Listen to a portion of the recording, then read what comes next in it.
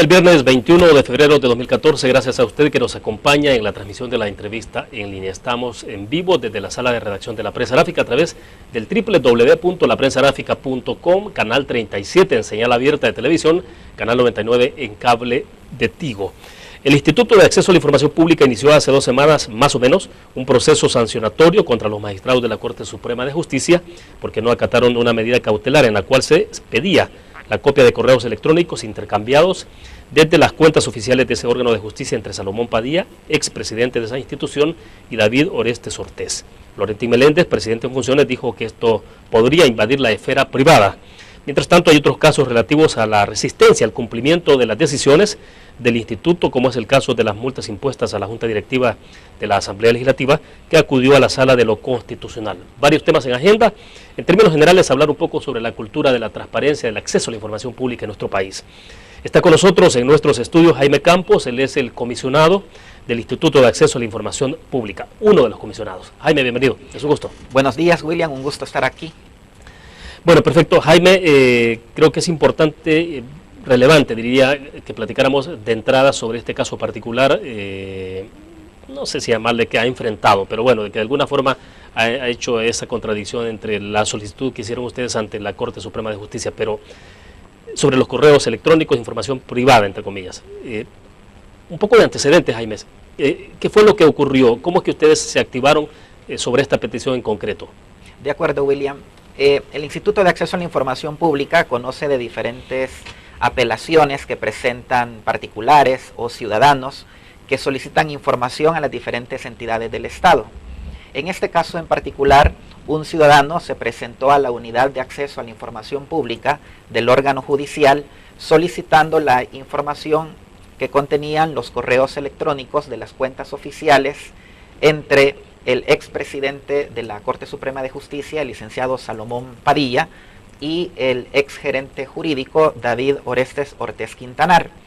El contenido de los correos que solicitaba este ciudadano comprende el periodo del 1 de octubre al 15 de octubre del año recién pasado. La respuesta que el ciudadano obtuvo de parte de la Corte Suprema de Justicia es que no se le podía proporcionar precisamente porque argumentaron el carácter confidencial de la información. Es así como conoce el instituto a través de un recurso de apelación.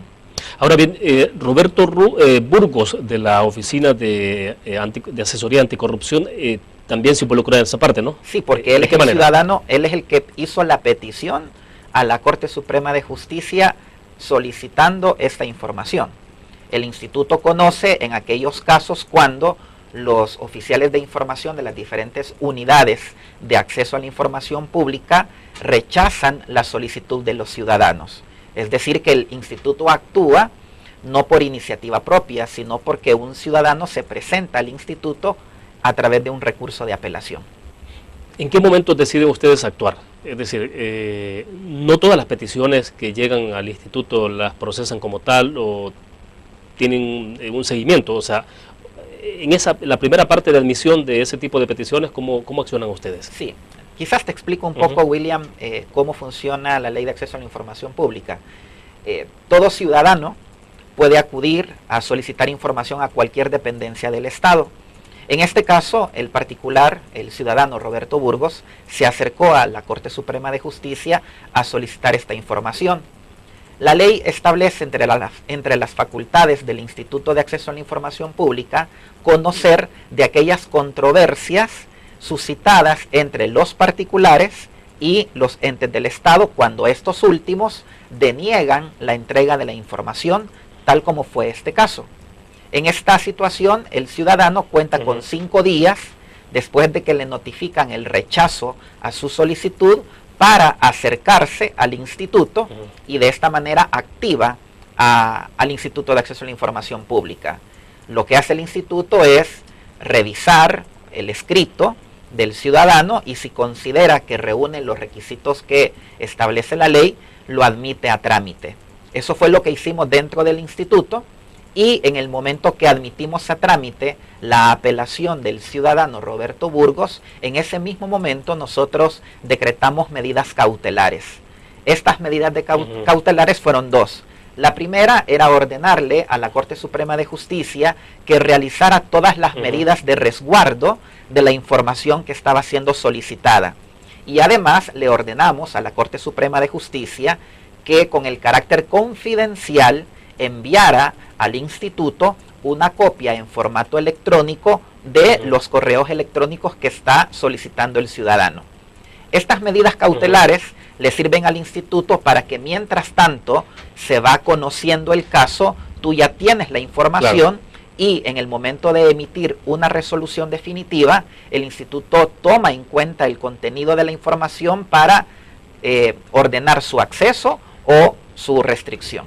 Ahora bien, en todos los casos donde hay una negación a la información a un ciudadano y apelan al Instituto de Acceso, ustedes tienen que responder a este ciudadano. Así es. Ustedes en un momento determinado también pueden decir procede o no procede. Exactamente, nosotros hacemos un examen de admisibilidad cuando se presenta una apelación por parte de un ciudadano.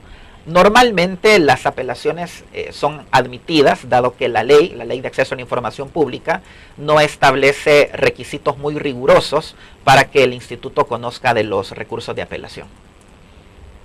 Ya el otro paso que tiene que ver con accionar frente a esa institución que ha denegado la información es otro análisis. Claro. O sea, la parte de la admisión... La parte de la admisión es una etapa preliminar, es un poco de trámite, tú lo has dicho, es la parte preliminar, la parte de estudio. Cuando conocemos un caso, William, nosotros, los comisionados del Instituto de Acceso a la Información Pública, somos 5. La ley establece que los casos se reparten en cada uno de los comisionados de manera rotativa. En este caso se asignó a un comisionado para que realizara, digamos, todas las diligencias del caso y llegáramos a una audiencia junto con el apoderado de la Corte Suprema de Justicia y el ciudadano.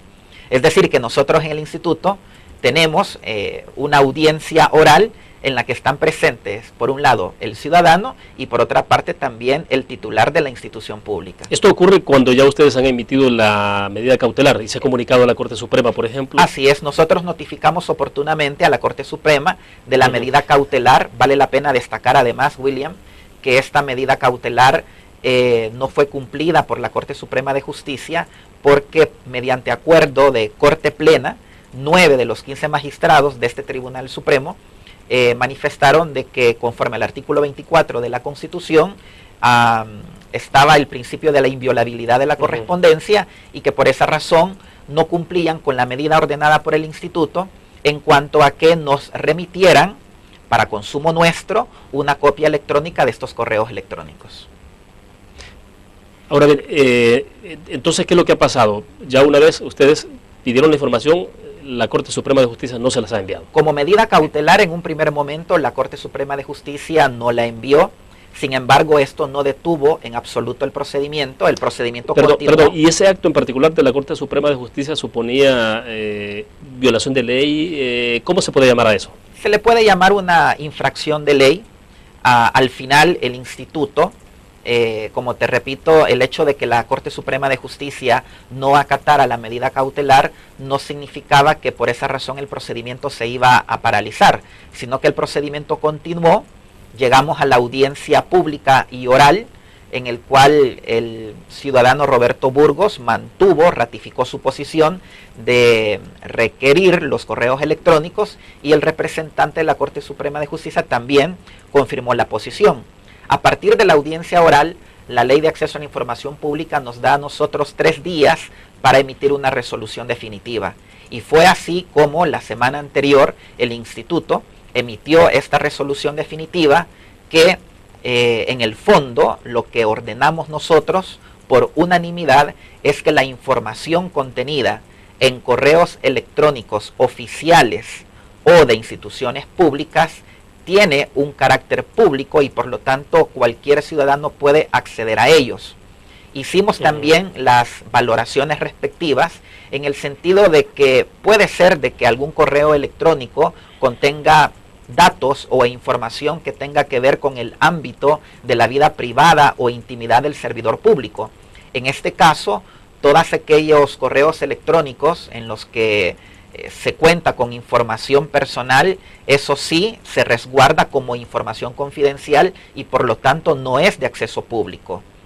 Por supuesto. O sea, esto supone entonces que al recibir la información tienen que hacer una selección de todos los cientos o miles de correos, lo que haya. Exactamente, precisamente, William, ese era el objetivo de la medida cautelar, de que mientras nosotros tramitábamos el procedimiento, tuviésemos de primera mano el contenido de los correos electrónicos para determinar en ese momento qué correos electrónicos revisten carácter público por el hecho de ser utilizados en el ejercicio del cargo de cada uno de los servidores públicos y discriminar o eliminar otros aquellos que tengan que ver con la vida íntima o privada de estos dos exfuncionarios públicos.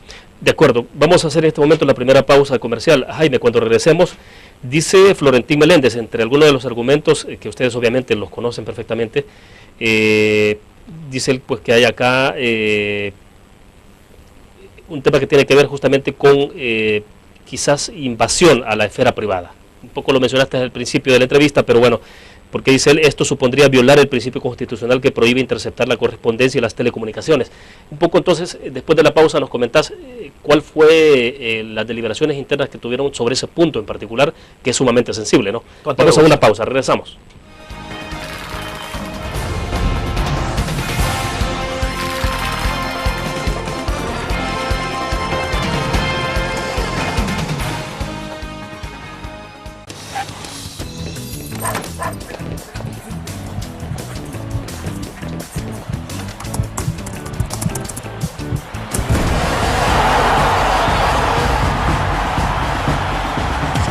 La pasión del deporte la vives también en elgráfico.com, el sitio deportivo más completo de El Salvador, con la información actualizada y resultados minuto a minuto de los partidos en juego.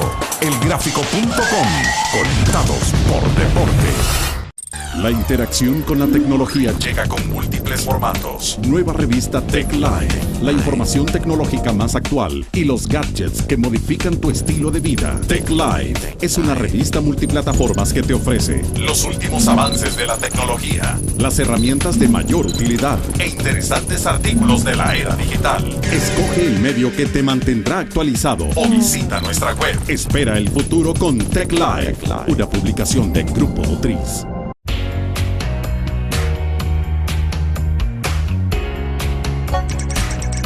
Cada momento, donde quiera que estés, te damos el mejor contenido en diferentes plataformas. Para que tú escojas el medio para informarte. Y ahora con Grupo Nutriz Alive, la nueva aplicación digital. Vive la información como una nueva experiencia en tu periódico. Multiplicamos la forma de informarte. Grupo Nutriz. Infórmate.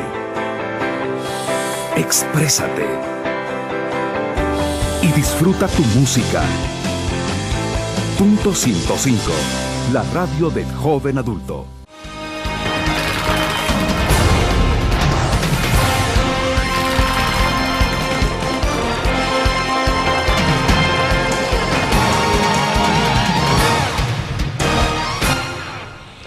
Jaime Campos, comisionado del Instituto de Acceso a la Información Pública, está con nosotros compartiendo sobre este tema de transparencia, de la cultura, de la transparencia, del acceso a la información pública que es importante en nuestro país y el caso particular de Corte Suprema de Justicia con la solicitud de correos electrónicos internos.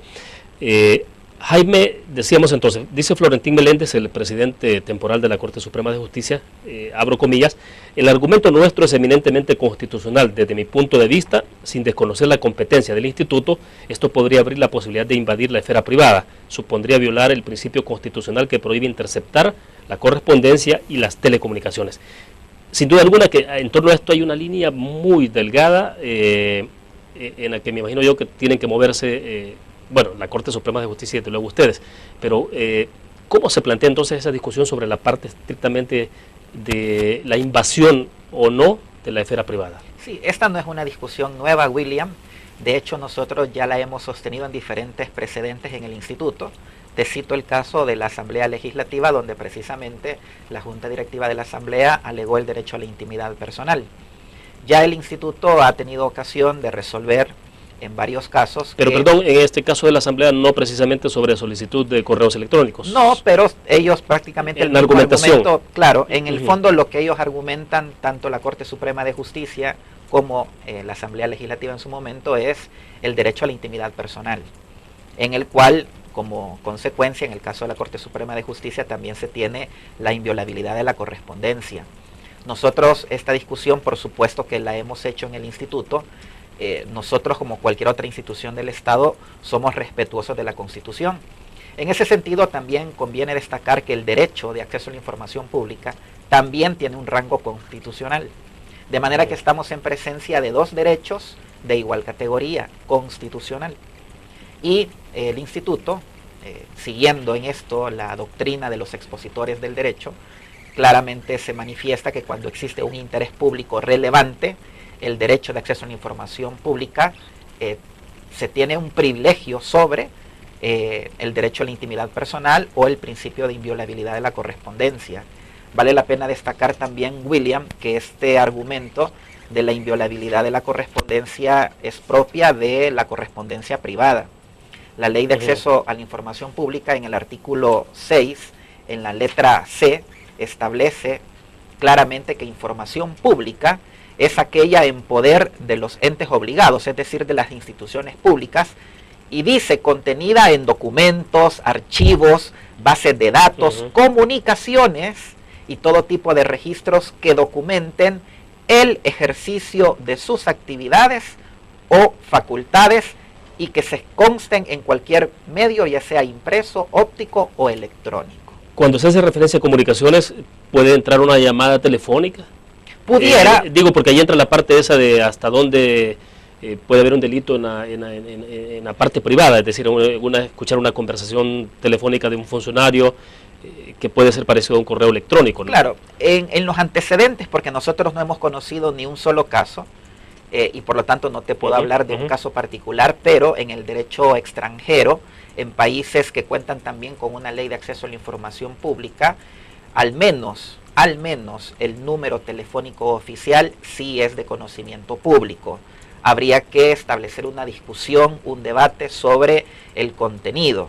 Pero en el caso concreto de correos electrónicos, no creamos que aquí en El Salvador estamos generando una nueva jurisprudencia, sino que este tema ya ha sido abordado desde hace años en otros países que, como te repito, cuentan con leyes de acceso a la información pública, y claramente la tendencia es el contenido de un correo electrónico oficial, siempre y cuando conste o documente el ejercicio de actividades oficiales o facultades propias del funcionario, tiene un carácter público y por lo tanto cualquier ciudadano puede ejercer esa labor de fiscalización de la administración pública. Creo que es importante aclarar, estamos hablando de correos institucionales, por ejemplo, no sé, pienso en Ministerio de Educación, que la extensión es @mined.edu.sb. Así es. Estamos hablando de ese tipo de correos, ¿no? Que son institucionales. Estamos hablando de correos electrónicos oficiales o institucionales, vale decir, aquellos que tienen el .gov.sb. Exacto. Cualquier otro correo, ya sea pagado o gratuito, de los que ofrecen los diferentes proveedores de servicios, no quiero decir desde luego alguna marca en especial, esos sí son personales. Esos sí son personales. Nosotros como instituto hemos dicho claramente que nos referimos, y así fue la solicitud del ciudadano, a correos electrónicos de las cuentas oficiales de estos exfuncionarios públicos. Jaime, en los procedimientos normales, en delitos comunes, digamos, cuando hay un proceso de investigación abierto en la Fiscalía General y hay una resolución de Fiscalía de los tribunales para que se pueda interceptar una comunicación, el centro de escuchas telefónicas, por ejemplo, hay todo un proceso que se debe seguir, la confirmación de la comisión de posibles delitos, que justifique que efectivamente hay que interceptar una llamada telefónica, ¿no? En este caso, el instituto no puede estar suplantando ciertas funciones que son asignadas en casos específicos de investigaciones de delitos, en el caso de la Fiscalía, de los tribunales. Precisamente por eso hago la distinción, William, en que no es lo mismo el caso de la intercepción de llamadas telefónicas con un correo electrónico. El correo electrónico tiene un soporte tecnológico y ya la misma Ley de Acceso a la Información Pública establece que ese soporte electrónico es de acceso público. Es como que tú de pronto estés en una institución y estés girando órdenes a través de memorandos. El memorando es un documento público.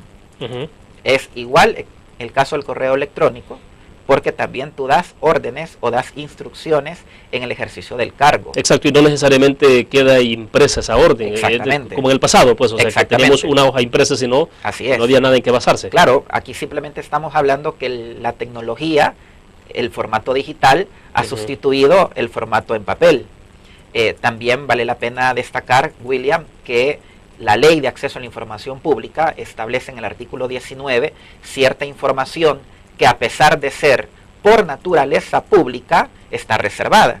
Y te pongo un caso que yo mencioné en mi voto en la resolución. El artículo 19, letra C de la Ley de Acceso a la Información Pública establece que es información reservada aquella que contenga opiniones o recomendaciones que formen parte del proceso deliberativo de los servidores públicos, en tanto no sea adoptada la decisión definitiva. Por ejemplo, Corte Suprema de Justicia está resolviendo un caso específico, cualquiera de las salas.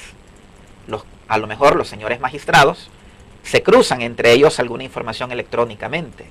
Mientras la decisión o mientras la sentencia no haya sido emitida de una manera definitiva, esa información en los correos electrónicos no se le puede dar acceso a los ciudadanos, porque hay una causal de reserva, porque todavía la decisión no se ha tomado, apenas está en ese proceso deliberativo. Por supuesto que cuando una sentencia ya fue emitida, ya fue notificada, aquellos antecedentes que han quedado, por supuesto que son objeto de escrutinio público. Ahora, ¿cómo está esa contraposición en la interpretación que hace la Corte Suprema de Justicia, la que tienen ustedes desde luego? ¿Qué hay que hacer? Hay que ir para clarificar mejor los términos y que esto, digo, porque se está sentando precedentes, claro. Pues tengo la impresión de que es la primera vez que ocurre, ¿no? ¿O hay con otras instituciones un caso similar? No, es primera vez. ¿Sobre correos electrónicos? Sobre correos electrónicos es el primer caso. Nosotros mencionamos que se trata de una sentencia hito, es decir, que marca un antes y un después en la historia de nuestro país, sobre todo en la fiscalización y control de la administración pública. El día de ayer, William, en horas de la tarde, se presentó por parte de la Corte Suprema de Justicia un recurso de revocatoria, porque la ley establece que cualquiera de las partes, en este caso el ciudadano o los entes obligados, es decir, las instituciones públicas, una vez han sido notificadas de la resolución del instituto, cuentan con 3 días hábiles para presentar un recurso de revocatoria, cuyo objeto es precisamente de que el instituto revise la resolución y haga ese nuevo examen a fin de que se pueda o bien confirmar la resolución emitida o bien revocarla. Es decir, en este caso sería otorgarle razón porque fue presentada por la Corte Suprema a esta última. A ver, ustedes dieron un plazo de 7 días. ¿Cuánto dieron a la Corte Suprema de Justicia para que respondiera? La resolución contiene 2 puntos fundamentales, William. El primero de ellos, que yo llamo una cuestión de fondo, tiene que ver con ordenar el acceso a la información pública que fue pedida por el ciudadano.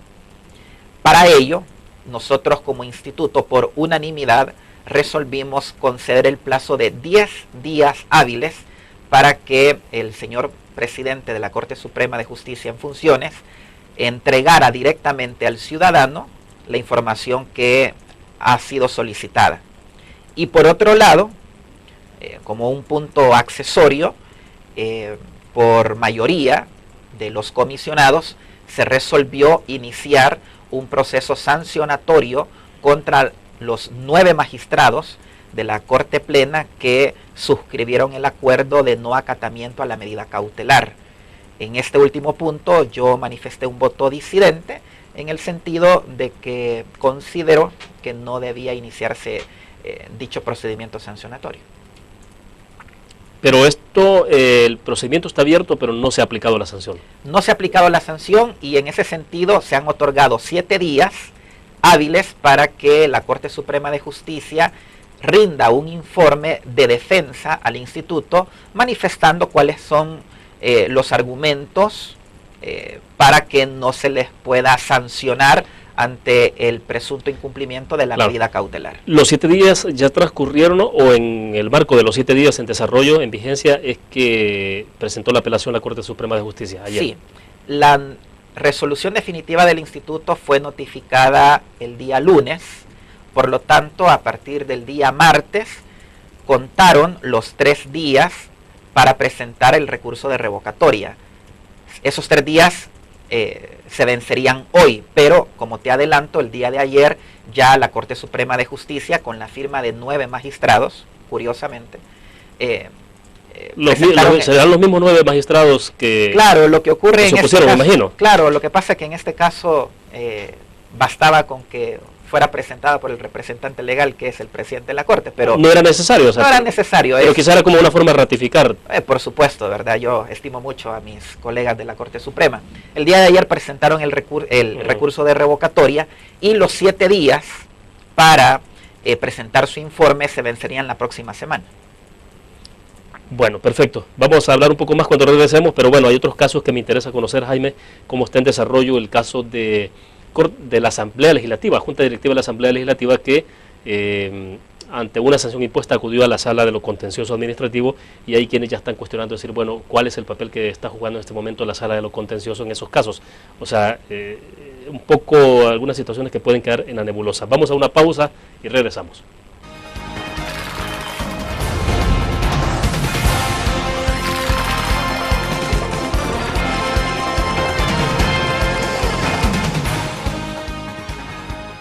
Un graficionado no olvida la historia, y aunque perdió una y otra vez, no perdió el orgullo.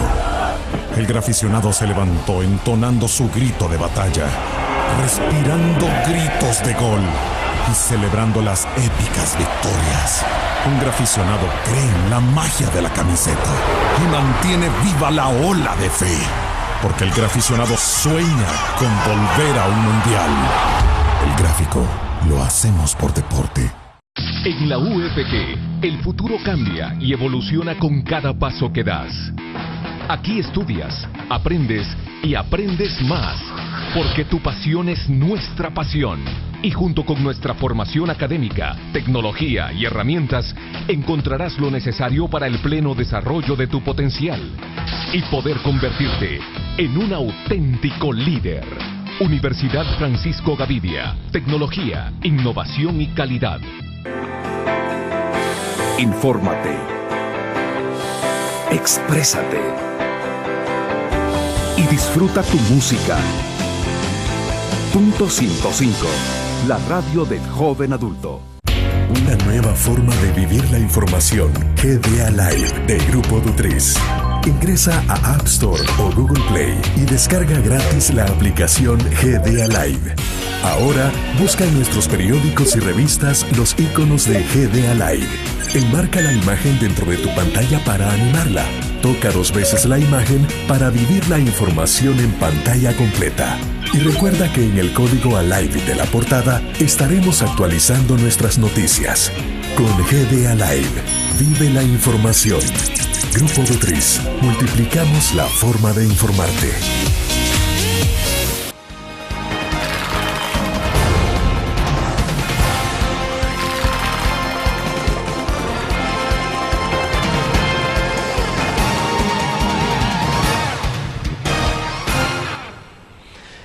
Bueno, Jaime, entonces,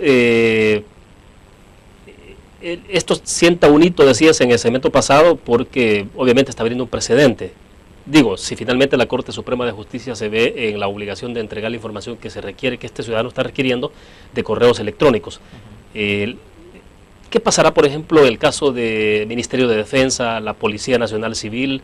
el organismo de inteligencia del Estado? O sea, ¿qué puede ocurrir en el futuro si la Corte Suprema de Justicia finalmente tiene que entregar esa información, se demuestra legalmente que tiene que entregarla? Bueno, definitivamente las resoluciones del instituto tienen un carácter vinculante, porque prácticamente nosotros tenemos competencia sobre toda la administración pública. Nuestra ley de acceso a la información pública, William, ha sido considerada por expertos en la materia como la cuarta o quinta mejor ley a nivel mundial de acceso a la información pública. ¿Y eso es cierto? Y eso es muy cierto. Y uno se puede dar a partir de la experiencia que hemos tenido los comisionados, ya que hemos tenido ocasión de conocer la experiencia mexicana, la experiencia chilena y también países de la región. A nosotros como comisionados del instituto, por supuesto que somos, como te dije en un segmento pasado, celosos de la Constitución, pero también somos garantes de un derecho que le pertenece a la ciudadanía. No se trata de que el instituto entre en conflicto con la Corte Suprema, no se trata de que el instituto entre en conflicto con la Asamblea Legislativa o el Ministerio de la Defensa Nacional. Es que es nuestro mandato legal garantizar o tutelar el derecho de los ciudadanos frente a cualquier institución del Estado. Precisamente el caso que tú me mencionabas, hemos tenido ya varios casos relacionados con el Ministerio de la Defensa Nacional. Uno de ellos, por cierto, ya resuelto, se refería a una petición de una colega tuya sobre agregados militares en otros países. Claro. La respuesta que recibió la solicitante en un primer momento era: mira, esta información no se la puedo dar porque es reservada. Y eso no es así. Nosotros como instituto ordenamos la liberación de esa información pública y ahora precisamente es objeto del escrutinio ciudadano, que es en definitiva la finalidad que tiene esta ley de acceso. Esa reserva no tenía nada que ver con cuestiones de seguridad nacional, seguridad del Estado, o sea. En absoluto. Nosotros realmente hicimos ese análisis, esa ponderación de derechos y concluimos que precisamente se trata de una información pública. Perfecto. Hay un punto que me interesa que nos aclares, Jaime. En el caso de Corte Suprema de Justicia, en un momento determinado se puede requerir de una interpretación de ley de la Asamblea Legislativa, ¿o no será necesario? En este caso no creo que sea necesario. Por supuesto, la Asamblea Legislativa puede hacer las interpretaciones que ella estime convenientes.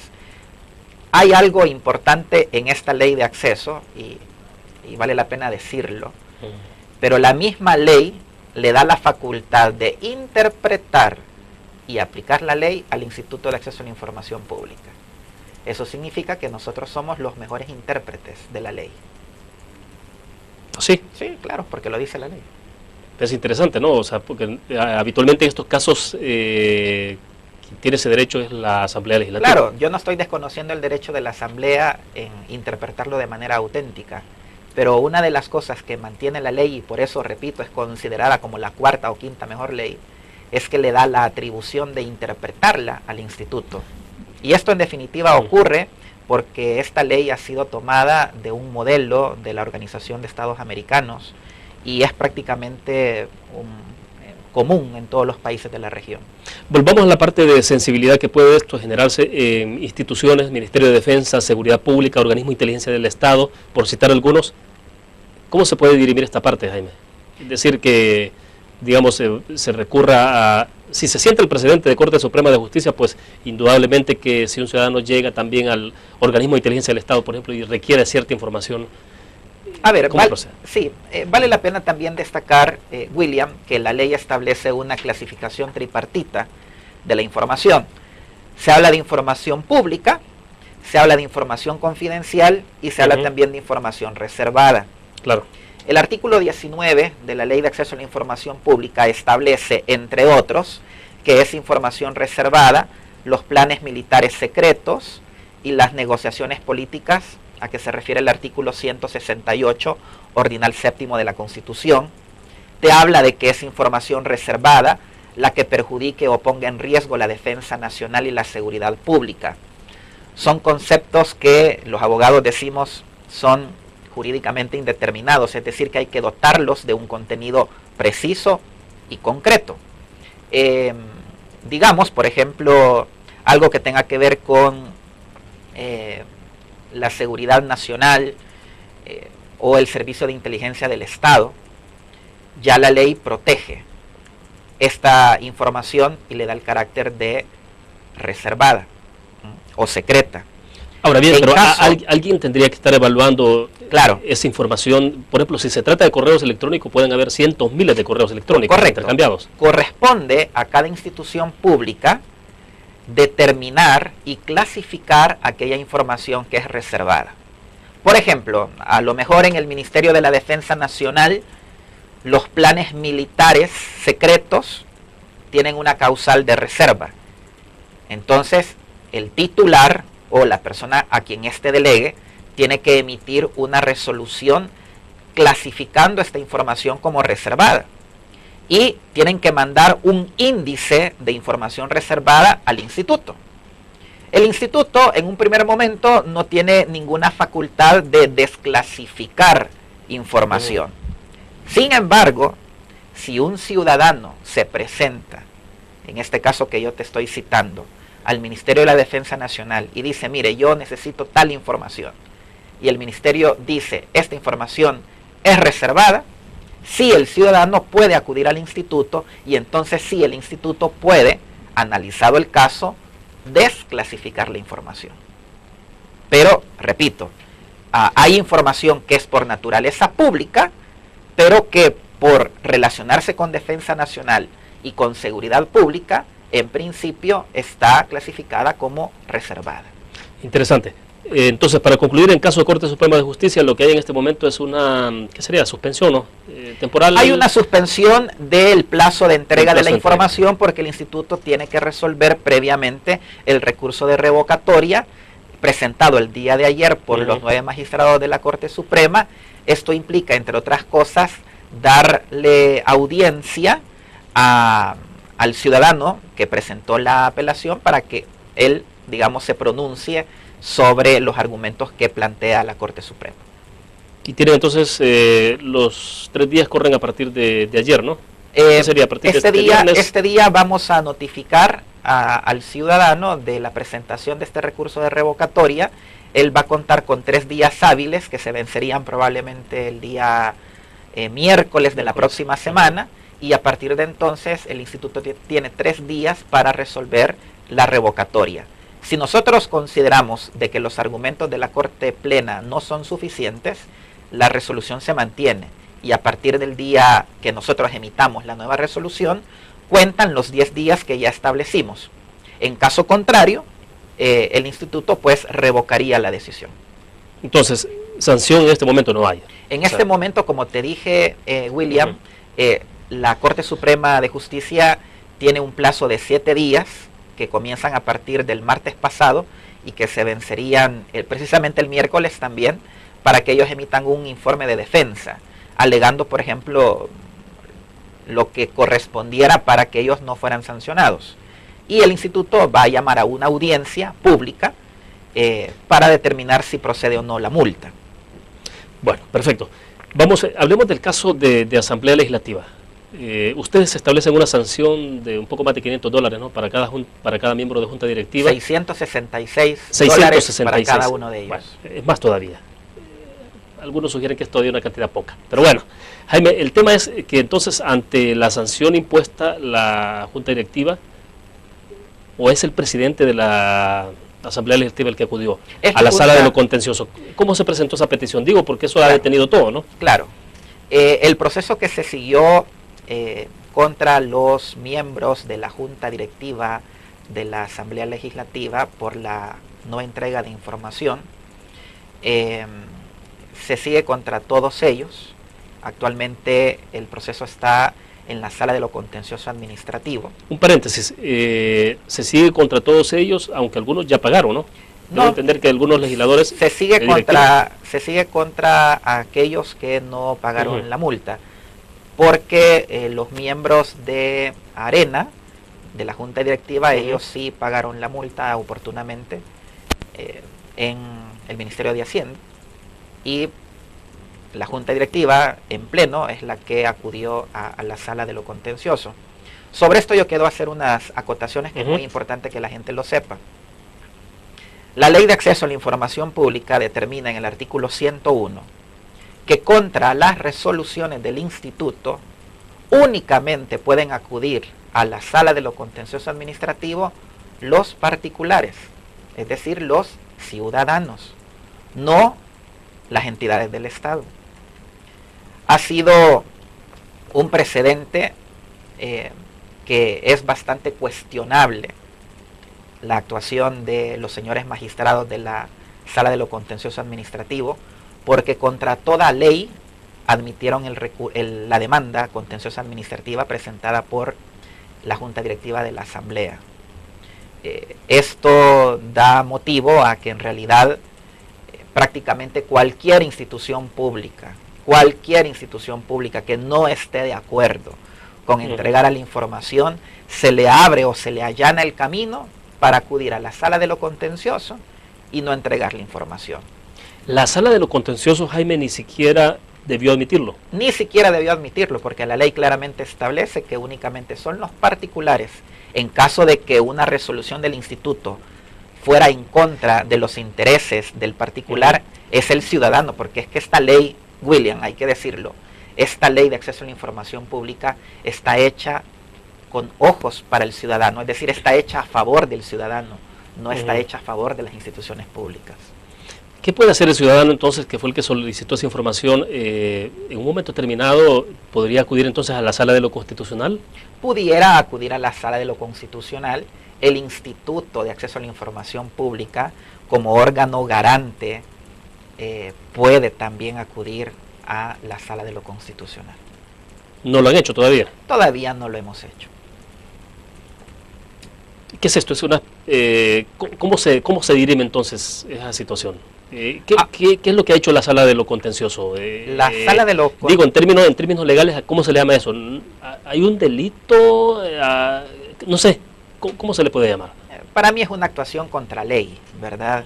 La sala de lo contencioso admitió la demanda a pesar de carecer de competencia para ello. No solamente admitió la demanda, sino que también ordenó la suspensión del acto reclamado, que en este caso es la resolución del instituto. En realidad no es tanto el interés por la multa, cuanto sí el interés que consiste en la información pública que solicitó el ciudadano, que consistía en el nombre de los asesores de los diputados y cuánto eran sus remuneraciones. Es todavía esto mucho menos sensible que los correos electrónicos. Me parece que definitivamente es menos sensible por una razón, William. Ya la misma ley de acceso a la información pública determina que es información pública oficiosa las remuneraciones de los servidores públicos. Es que ya la misma ley lo dice. Entonces parece verdaderamente una interpretación grosera que se hace para argumentar confidencialidad. Todos los servidores públicos, nuestros salarios, nuestras remuneraciones provienen de los fondos, de los impuestos de los ciudadanos. Prácticamente todos los servidores públicos somos mandatarios de los ciudadanos y por lo tanto tenemos que rendirle cuenta a ellos. Es un ejercicio pleno de la democracia, es un ejercicio pleno de rendición de cuentas. Que lamentablemente en nuestro país no tengamos esa cultura verdaderamente de transparencia es algo que poco a poco nosotros vamos a ir trabajando. Ahora, mientras tanto, entonces, ¿en qué estado se encuentra esa sanción que ustedes colocaron a la Junta Directiva por negar la información? Está suspendida. Pero entonces sí ha habido un efecto legal directo de la sala de lo contencioso. Exactamente. Ha tenido que respetarse. Por supuesto. O sea, entonces, ¿cómo dirimir esa parte? Digo, bien, porque si hay certidumbre, hay suficiente certeza que efectivamente la sala de lo contencioso no tiene la base jurídica para poder admitir este caso y luego emitir suspender el acto reclamado. Claro, en entonces, este ¿cómo caso, se dirime? Claro, yo te explico. Cuando la Junta Directiva de la Asamblea presenta la demanda contenciosa administrativa, la sala admite la demanda, insisto, contra toda ley, y ordena también la suspensión de los efectos de la resolución del instituto. La resolución del instituto igual tiene dos sentidos. Primero, ordenar la entrega de la información relativa a los nombres de los asesores y sus remuneraciones. Eso quedó suspendido, a pesar de que el instituto ordenó al presidente de la Asamblea que entregara esa información al ciudadano que lo solicitó. Y también quedó suspendida la multa, más allá de que antes de quedar suspendida la multa, los 4 diputados de Arena, que forman parte de la Junta Directiva, ya la habían pagado. Exacto, porque esa es la otra, claro, la otra inquietud que tenía, es decir, si hay diputados que ya pagaron esa sanción, pero hay otros que se niegan a hacerlo, y si la Sala de lo Contencioso los ampara, finalmente emite un amparo hacia ellos, entonces ¿cómo quedan los otros? ¿Va a tener el Ministerio de Hacienda que devolverles el dinero? Bueno, eso sí, no sé cómo lo va a hacer, pero en definitiva, la resolución que emitió la Sala de lo Contencioso es una medida cautelar, es decir, que no se trata de una resolución definitiva. Nosotros como instituto estamos muy pendientes porque incluso presentamos una revocatoria, es decir, una objeción contra lo actuado por los magistrados y magistradas de la Sala de lo Contencioso Administrativo. Estamos pendientes y te repito, ya sea el particular o bien el instituto tiene esa legitimación institucional como garante del derecho de acceso a la información pública de considerar en su momento la posibilidad de acudir a un amparo constitucional. O sea, tiene esa vía todavía, tiene ese recurso. Claro, porque en definitiva, como te dije, nuestro mandato es tutelar por el derecho del ciudadano y por lo tanto creo que hay que crear certidumbre, hay que crear confianza en la gente, en la ciudadanía, de que efectivamente las resoluciones del instituto se cumplen y ojalá que con buena voluntad de muchos de los políticos que están en nuestras instituciones. Otro tipo de información o casos particulares que estén en análisis, en estudio, que tengan que ver, por ejemplo, el caso de la Fuerza Armada, sí. ¿Hay otros en este momento, Jaime? Nosotros estamos conociendo 2 casos, William, sobre operativos militares desarrollados en la década de los 80, en la guerra civil que tuvimos en El Salvador. Se ha presentado en particular una apelación ante el instituto de familiares de víctimas, de personas que fueron asesinadas en 1981 y 1983, presuntamente por agentes militares. Ellos están pidiendo la información relacionada a esos operativos en los municipios de Suchitoto y Tecoluca. El instituto ordenó en su momento dentro de este procedimiento, dado que la respuesta del Ministerio de la Defensa era que esa información es inexistente. La Fuerza Armada ha manifestado que no tiene información anterior a 1988. Eso es lo que ellos alegan. El instituto, para corroborar o verificar tal situación, ordenó una inspección o reconocimientos en los archivos militares. Me fue designado a mí el caso y yo me hice presente al Ministerio de la Defensa Nacional y ahí no se me permitió el acceso a los archivos militares por una orden precisa del señor ministro de la Defensa Nacional, en el sentido de que, según él, el único que puede autorizar el ingreso a archivos de la institución castrense es el presidente de la República. La diligencia, por lo tanto, fue frustrada. Sin embargo, eso no fue óbice para que el instituto continuara con el caso y actualmente está siendo objeto de examen por mis compañeros, quienes van a resolver el caso. El ministro David Munguía Payés fue el que... David Victoriano Munguía Payés, sí. Fue el que ordenó Así es. De que no se entregara la información. Que no se primero ellos dijeron que la información era inexistente, porque esa fue la respuesta que se le dieron a estas personas. ¿Cómo hacen entonces, claro, si esa es la versión obviamente del Ministerio de la Defensa? Claro. Entonces, ¿cómo hacen ustedes para saber si existe o no existe? Precisamente por eso ordenamos la inspección en los archivos, para corroborar si efectivamente esa información es o no inexistente. ¿Y esto significaba acceder a libros, a qué tipo de información? Exactamente. A toda la que pudiera tener en los archivos la Fuerza Armada. La Fuerza Armada es precisamente una de las instituciones que mejor tiene organizados sus archivos. Bueno, de acuerdo, se nos está yendo el tiempo, vamos a la última pausa comercial. Cuando regresemos entonces hablemos de la parte de cómo generar cultura, es decir, cuánto se ha avanzado. Claro. Vamos a la pausa.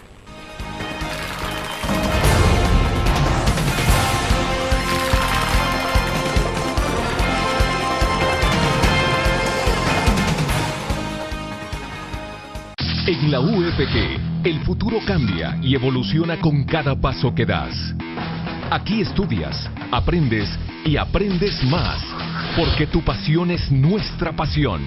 Y junto con nuestra formación académica, tecnología y herramientas, encontrarás lo necesario para el pleno desarrollo de tu potencial y poder convertirte en un auténtico líder.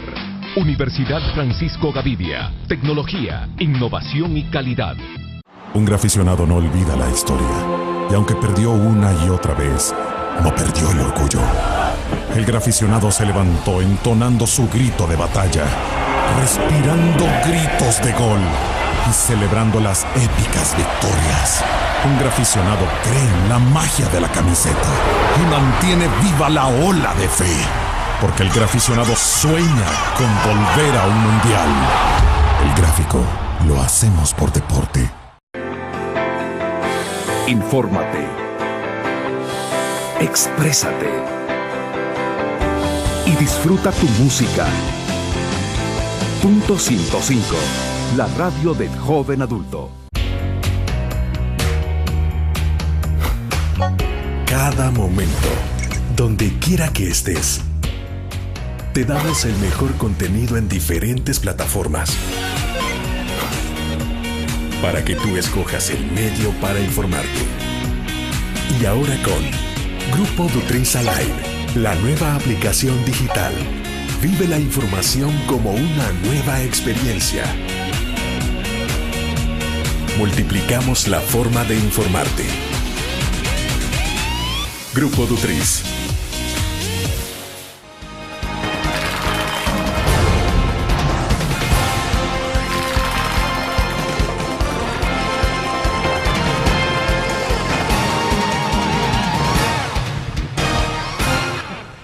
Bueno, estamos al cierre de la entrevista en línea, nos quedan un par de minutos nada más. Jaime, rápidamente entonces, en términos de generar cultura, ¿cuánto se está avanzando? ¿Es bastante lento esto? Es un poco lento tomando en cuenta que no solamente estamos luchando contra décadas, sino también siglos quizás de un secretismo del Estado. Realmente hay que desterrar la cultura de opacidad, de no acceso a la información, que toda la gente sepa que la información que administra, que genera las instituciones del Estado es pública, que nos pertenece a nosotros los ciudadanos. Poco a poco el instituto va a realizar pues toda esta ejercicio de empoderamiento ciudadano, porque en definitiva nosotros tenemos que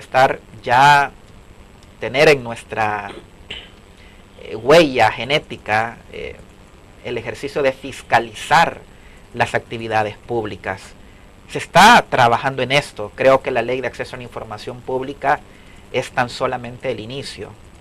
Por supuesto que los precedentes que nosotros vayamos determinando, sin duda alguna van a cooperar en esto. Y yo hago un mensaje, ¿verdad?, a toda la ciudadanía para que utilice la ley, para que pida información a todas las entidades del Estado, a todas las municipalidades, porque una sociedad bien informada es una sociedad libre. Ahora, sí está evolucionando, bueno, se admite que lentamente, pero ustedes inicialmente tuvieron dificultades financieras. A estas alturas, ¿cómo están en términos de presupuesto, el respaldo que se necesita para poder operar? Claro, el presupuesto del instituto aprobado para el ejercicio fiscal 2014 fue alrededor de $850,000, insuficientes por el hecho de que únicamente nos cubría 6 meses de alquiler, para darte ese ejemplo. Hemos acudido a la Dirección General de Presupuestos, donde se nos ha confirmado que vamos a tener un refuerzo presupuestario que rondará los $272,000, lo que hará para el instituto contar con un presupuesto para el año 2014 de aproximadamente $1 millón. El instituto sabemos que es una institución nueva, cuenta con limitados recursos, pero tenemos toda la disposición y la voluntad de crear esta conciencia ciudadana, de fomentar la cultura de la transparencia. Pero tienen de alguna forma también respaldos de agencias internacionales, de otros institutos de acceso. ¿Cómo se respaldan en ese sentido? En efecto, William, nosotros contamos con el apoyo de agencias de cooperación internacional. Se nos han abierto las puertas. Más que todo la ayuda es de carácter técnico, no en dinero, ¿verdad?, sino en apoyo técnico, en formación, en capacitación de la ley, porque nosotros tenemos que llevar la ley a todas partes del Salvador. Es curioso pues cómo mejor organismos internacionales se preocupan porque El Salvador sea más transparente y no precisamente nuestra clase política. Ahora bien, cada institución debe tener su oficial de acceso a la información pública, ¿no? Así es. En este momento todas las instituciones lo tienen. Finalmente, ¿qué pasó, por ejemplo, con la Universidad de El Salvador? La Universidad de El Salvador fue sancionada porque prácticamente se constituía en casi la única institución del Estado que no contaba con un oficial de información, a pesar de que la ley tenía ya más de 2 años de vigencia. Se impuso una multa al rector de la universidad y tengo entendido que también se fue a la sala de lo contencioso administrativo a fin de no pagarla. Sin embargo, hay que decir cosas positivas. A partir de esa sanción, la Universidad de El Salvador nombró a su oficial de información y es a partir de este momento quizás una de las instituciones más preocupadas para dar el acceso a la información pública a las personas que se acercan a ella. ¿El resto de instituciones todas tienen sus propios oficiales de acceso o hay algunas que todavía están? Sí, en el órgano ejecutivo prácticamente todas las instituciones públicas cuentan con un oficial de información. Hay una tarea todavía que hacer con las municipalidades. Ya la ley establece que aquellas municipalidades cuyo presupuesto anual sea menor a $2 millones pueden nombrar a un miembro del Consejo Municipal como oficial de información ad interim. Vale la pena también destacar que el instituto impuso recientemente una multa a los señores magistrados del Tribunal Supremo Electoral porque habían nombrado ad honorem a uno de ellos, a Fernando Argüello Telles, como oficial de información, a pesar de que la ley establece que tiene que ser una persona propia que ejerza el cargo y no uno de sus miembros. El instituto impuso una multa, sin embargo, los magistrados del Tribunal Supremo Electoral presentaron una revocatoria que en estos momentos está siendo objeto de análisis. ¿El tribunal no ha acudido a la sala de lo contencioso? No, porque para acudir a la sala de lo contencioso es necesario, en caso de multas, no en caso de acceso a la información, en caso de multas es necesario primero agotar la vía. Y en este caso es acudir ante el instituto a pedir una revocatoria. Bueno, perfecto, se nos terminó el tiempo. Jaime, gracias por tu participación. Muy gentil. A ti, William, por este espacio y un saludo para todos los amigos y amigas que nos ven. Bueno, esperamos contar contigo siempre más adelante para poder llevar esta reflexión con a todo los gusto. amigos cibernautas y televidentes. Con todo gusto.